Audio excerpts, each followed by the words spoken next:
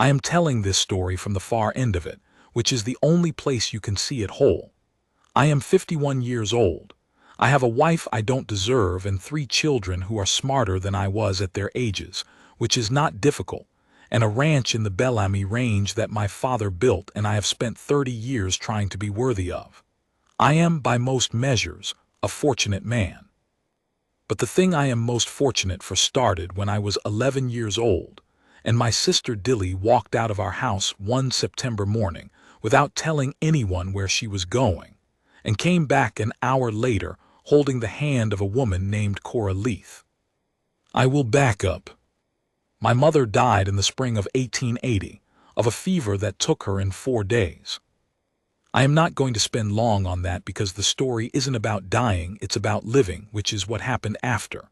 What I will say is that my mother was a woman of considerable force and our household ran on that force, the way a mill runs on a river, and when she was gone we were a mill without water. We kept turning from habit for a while, and then we stopped. My father, Virgil Mace, was not a cruel man. I want to be plain about that because what I am about to describe might suggest otherwise. He was a grief-lost man, which is different. He went to the ranch work every day and he came home at dark and he sat at the table and ate whatever Gus, myself, had managed to put together from what was in the larder, and he said good night to Pearl and read to her, which he never missed, even in the worst of it. He was still there in the physical sense, but the part of him that was present had gone somewhere interior that none of us could reach, and he had not found his way back out. Pearl was 5 and didn't understand, which was a mercy. Dilly was 8 and understood more than any 8-year-old should have to. I was 11 and had decided I was responsible for fixing everything, which was the kind of decision an 11-year-old makes when he doesn't know enough to know he can't. I will tell you what the ranch looked like that autumn. The east pasture fence had 3 sections down that I didn't have the tools to fix properly. The cattle were thin from a summer that had been dry and hot. The kitchen garden was half what it should have been because no one had had the time or the heart to tend it the way my mother used to. The account book, which I had found and was attempting to maintain, having watched my mother keep it for years, showed a debt to the Bellamy Range Land Office that was not going to solve itself. And then there was the mail order situation. In the spring, before my mother died, some well-meaning neighbor, I was never certain who, and I believe my father never knew either, had written to a matching agency on my father's behalf. The letter had apparently described a widower of good character and solid prospects who was in need of a wife and helpmate. This letter had been written, as I understand it, with good intentions and without consulting my father, who, when he found out, had the particular expression of a man who has been handed something he didn't ask for and doesn't know how to put down. The woman who arrived in response to this letter was named Cora Leith. She came in on the May stage, which I know because I was the one sent to fetch her with the wagon, having been told only that a woman was coming and I was to be polite. She was perhaps 30, perhaps 32. It was hard to tell. She had one of those faces that had settled into itself without fuss.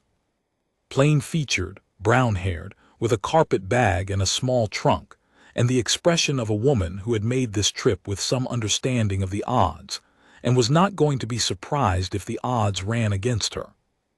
They ran against her almost immediately.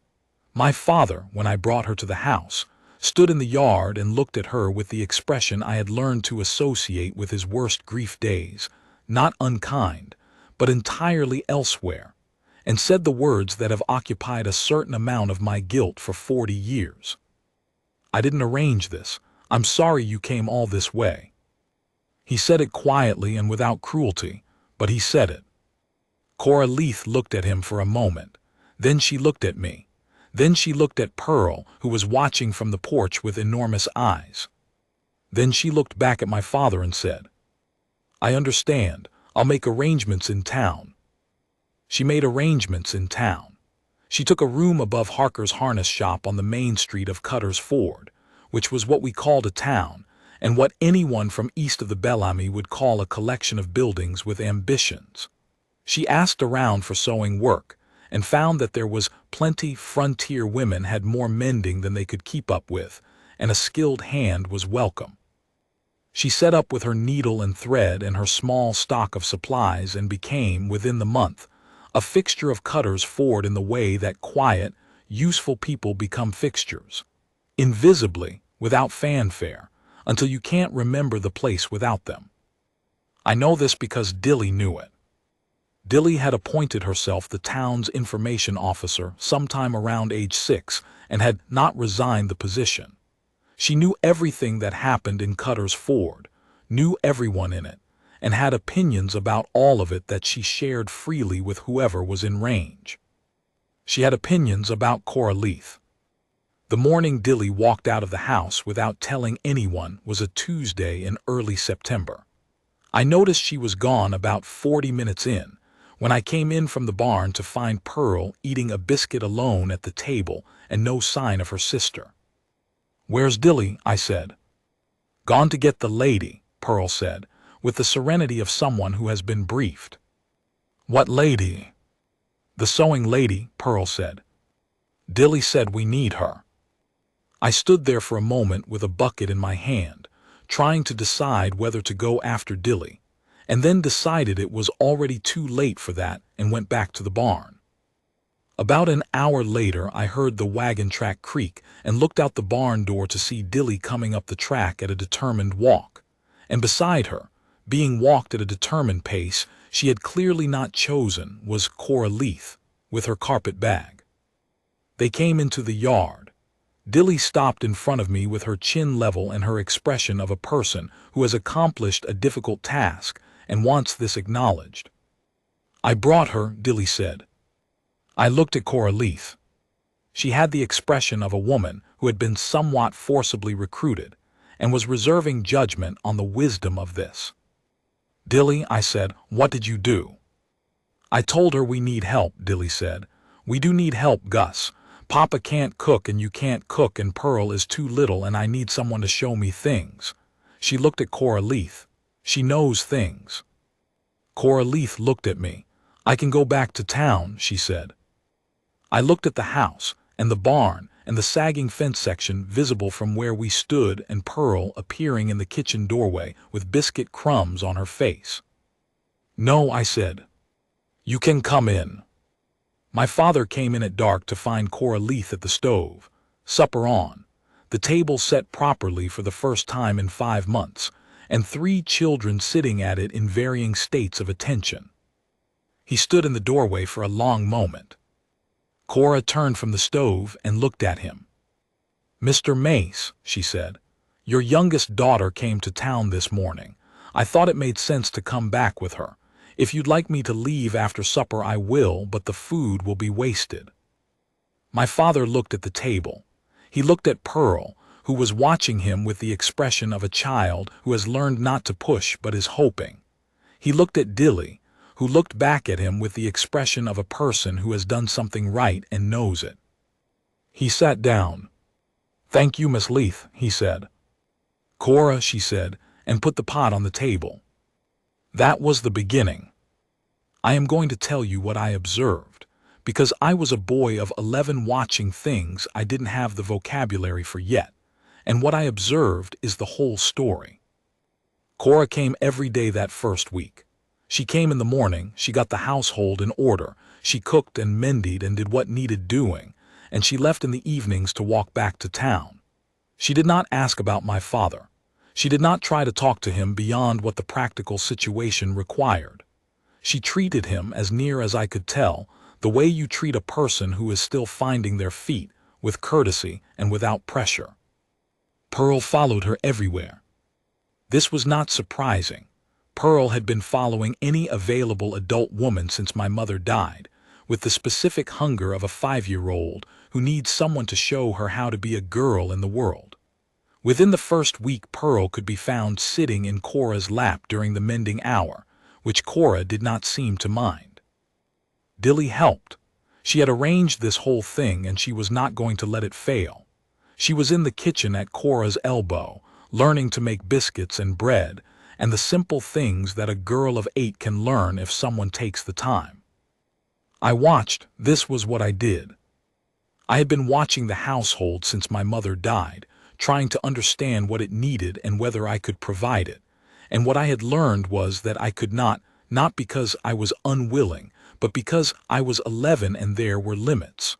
What Cora provided was not the same as what my mother had been, but it was something real. What I watched most carefully was my father. He came in each evening and ate at the table that was set and spoke when spoken to and thanked Cora with the flat politeness of a man going through motions. But I am a careful observer. I became one out of necessity, and what I noticed was this. He started sitting a little longer at the table after supper. Not long. 10 minutes. 15. Enough to hear the end of whatever Dilly was telling him about her day, which was always considerable. Enough to hear the end of whatever Cora was saying to Pearl, which was usually some small, practical thing delivered in the low voice she used for the youngest of us. In the second week, he asked her a question. It was nothing dramatic. He asked about the fit of Pearl's winter coat, which needed letting out and which Cora had mentioned the day before. He asked it at the table at the end of supper, the way a man asks a practical question when he has been thinking about it. Cora answered him in the same way practically, and then told him what she would need to do it properly. He said he would get the material in town. She said that would be fine. That was the whole exchange. But I watched it, and what I saw was two people having a conversation, not a courtesy exchange, not a logistics discussion, but something a notch closer to real than what they'd had before. And I filed it away the way I filed everything, not knowing what it meant yet. October arrived, and with it the things October brings in the Bellamy Range: cold nights, the smell of the first frost on the grass, the particular quality of light that means the summer is finished. The cattle needed the last of the season's attention. The fence on the east pasture still needed fixing. I was managing what I could and not managing what I couldn't, which was most of it. Cora noticed. She did not say anything to me about it directly. She was not a woman who called attention to what she saw before she'd thought about what to do with it. But one afternoon I came in from the pasture to find her at the kitchen table with the account book, which I had left on the shelf in the plainly optimistic hope that someone would know what to do with it. She was not going through it intrusively. She was reading it the way an accountant reads a document, carefully, without expression, making sense of it. I stood in the doorway. "Is that all right?" she said, not looking up. I thought about it. "Yes," I said. She looked up then. She had a pencil in her hand, and she had been making small marks on a separate piece of paper. "The debt to the land office," she said. "When is it due?" "1st of December," I said. She looked at her paper. "There's a way to manage it," she said. "Not comfortably, but it's possible." "How?" I said. She showed me. It was not magic, it was arithmetic, the kind my mother had been doing for years and that I had been attempting badly. Cora had been managing her own accounts since she was younger than me, and she was good at it, and she showed me where the gaps were and where the resources were and what could be done with each. I sat across from her at the table and we went through it together, and somewhere in the middle of that afternoon, I understood for the first time that she was not a charity case who had been rescued by Dilly's initiative. She was a person who had brought something real to this household, something specific and essential, and that what she'd brought was exactly what we were missing. I did not say this to her. I was 11, but I held it and I went back to the barn with a clearer head than I'd had in 6 months. What I did not see that autumn, because I was 11 and only a careful observer in daylight, were the evenings. I know what happened in the evenings now because Cora told me, much later, when I was old enough to ask the right questions. What happened was this. After Pearl and Dilly were in bed, my father would sometimes sit at the kitchen table with a cup of coffee and whatever paperwork the ranch required, and Cora, if she hadn't yet started the walk back to town, would be at the other end of the table with her mending. They did not talk much, but they talked some.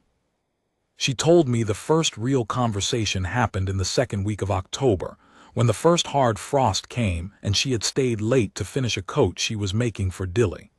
My father came in from checking on the cattle, found her still there, and said she shouldn't walk back to town in that cold and he would take her in the wagon. She said she didn't need to trouble him. He said it was no trouble. They drove to town in the dark and he told her, somewhere on the road, that he was grateful she had come. She told him she was glad Dilly had thought to ask. He was quiet for a while. Then he said, "She's a good judge of character, Dilly, always has been." Cora said nothing to that, but she remembered it. The conversations happened a few more times that month, always incidental, always brief, always in the margins of the day when the work had been done. He asked her where she was from originally. She told him a small town east of the Bellamy, a father who'd been a school teacher, a mother who'd been a seamstress, and both of them gone now. He said he was sorry. She said she'd had time to get used to it. He told her about my mother once.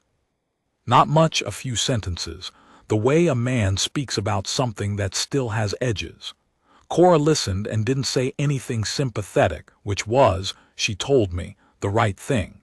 He didn't need sympathy. He needed to say it to someone who could hear it without requiring him to be all right about it. I didn't know any of this at the time. I knew that my father had started coming in from the barn looking slightly less like a man who was lost. I knew that when Cora was in the kitchen the house had a different quality, something it had had before my mother died and had not had since. I knew that Pearl had started sleeping through the night again. And I knew that Dilly, who had arranged the whole thing and was monitoring its progress with the satisfaction of a general whose campaign was going according to plan, had started leaving the two of them alone when she could manage it with any plausibility. Dilly was 8, she understood things. The November cattle sale was bad. I knew it was bad before my father came home from Cutter's Ford with the price per head, because I had been watching the market reports in the Bellamy Range Gazette, which came to town twice a month, and which I had been reading since I was 8. When he came in that evening, I could see it in the set of his jaw. He sat down at the table. Cora was there, she had stayed for supper, and had not yet left. She looked at him and did not ask, because she could read a room. He said, "Short by $40 on the land office payment." Silence. I was going to say something, some 11-year-old attempt at solving it, and then I watched what happened instead, which was that Cora picked up the account book, which she had by then become the de facto keeper of, and opened it. She said, "May I?" My father looked at her. He said, "Yes." What followed was not a rescue. It was two people going through numbers together, the way partners go through numbers. She had already been thinking about this. I could see that she'd been expecting it, had been running the figures in her head, and she had 2 or 3 options worked out that she put to him quietly. He asked questions. She answered them. He pushed back on one of them. She said he was right about that one. They found a way through that involved a smaller cattle sale in December, and stretching one of the supply accounts, and a few other adjustments that I won't recount in full because arithmetic is not the story. The story was watching my father sit at the kitchen table with this woman, and work a problem together like two people who had been working problems together for a long time. I was watching from the doorway. Pearl was asleep. Dilly was pretending to be asleep, but I could see the crack of light under her door. My father looked up at some point and saw me in the doorway. "Go to bed, Gus," he said. But he said it the way he used to say it, with the edge of warmth underneath, the edge that had been gone since spring. I went to bed. She came back 3 days later. 3 days before that she had stopped coming. Not dramatically. She had given a reason about some commission work that needed finishing, which was true, and she had said she would be back. But the house without her had a quality I had learned to dread, and Pearl had asked twice where Cora was, and Dilly had not said anything, which with Dilly meant she was thinking hard. What I did not know was what my father had done in those 3 days. He had gone to town once on the second day, and had come back without explaining where he'd gone or who he'd spoken to. He had read to Pearl as usual. He had done the barn work as usual. But there was something different in his manner, not the lost quiet of the grief months, but a different kind of quiet, the kind that comes before a decision rather than after one. When Cora came back on the third day, he was in the yard. He had clearly been waiting, which is not something my father did in any obvious way. He was not a man who stood in yards waiting for people. But he was there when she came up the track, and I was watching from the barn door, and I saw him say something to her that I was not close enough to hear. I saw her stop. I saw her look at him for a long moment, not the measuring look she gave to practical situations, but something different, something that was deciding. She said something back. He nodded. Then she walked past him to the house, and I heard the kitchen door and Pearl's voice going up in the way it did when Cora arrived, and Dilly appeared at the window looking extremely satisfied. I stayed in the barn for a while, straightening things that didn't need straightening. When I went in, supper was on and the table was set, and my father was sitting at his place with the particular expression of a man who has asked for something and been told to wait, and is waiting with as much patience as he can manage. After supper, after Pearl and Dilly were in bed, I heard them at the kitchen table again. I did not listen. I went to my room and I lay there and I thought about what it meant that my father was sitting at that table, and what Dilly had done in September, and about my mother, and about how long the house had felt empty. The next morning Cora was at breakfast when I came down. She looked exactly the same as she always did, practical, unhurried, already attending to whatever needed attending. But something was settled in her face that hadn't been before. My father came in from the barn. He poured his coffee and sat down and looked at her, and she looked at him. And then they both looked at the table with the particular expression of two people who have said what needed saying and are now on the other side of it. She said yes, Dilly told me, in a whisper of maximum intensity, appearing at my elbow from nowhere. I know, I said. I told you, she said. You did, I said. Dilly went back to her biscuit with the satisfaction of a general reviewing a successful campaign. They were married in December, 6 days before Christmas, at the Cutter's Ford County office with the recorder and his wife as witnesses. My father wore his good coat. Cora wore a dress she had made herself, a dark green wool that she had been working on for 2 weeks, which I know because Pearl had told me every step of its construction in considerable detail. Pearl wore her let-out winter coat, which fit perfectly. The ceremony was short. When it was done, my father took Cora's hand and held it in the way that a man holds the hand of something he doesn't intend to let go of, and she let him, which was her answer to whatever he'd asked in the yard 3 days before. We drove home in the wagon, the 5 of us. Pearl fell asleep against Cora's arm before we'd gone a mile. Dilly sat next to me and reviewed the events of the day with the thoroughness of someone filing a report. I drove, because I was 11 and had been driving wagons since I was 9, and it was something I could do. I don't remember what my father and Cora talked about on the way home. They talked quietly, which was how they talked. I remember the sound of it more than the words. The low, easy exchange of two people who have figured out how to be in the same place and are glad to be in it. We got home and my father carried Pearl inside without waking her, and Dilly went to bed with the air of a person who has completed a satisfying project. And I unhitched the horse and put him up and came in to find the house quiet and warm and lit from the inside, the way it had not been since spring. I am 51 years old, and I am telling this from the far end of it. Cora Mace, she took the name and used it. She had thought about it and decided it was who she was now, ran the Mace Ranch household for 23 years before she and my father moved into Cutter's Ford proper, when the work got to be more than my father's knees wanted to manage. She kept the accounts in a way that the ranch has never been in serious debt since December of 1880.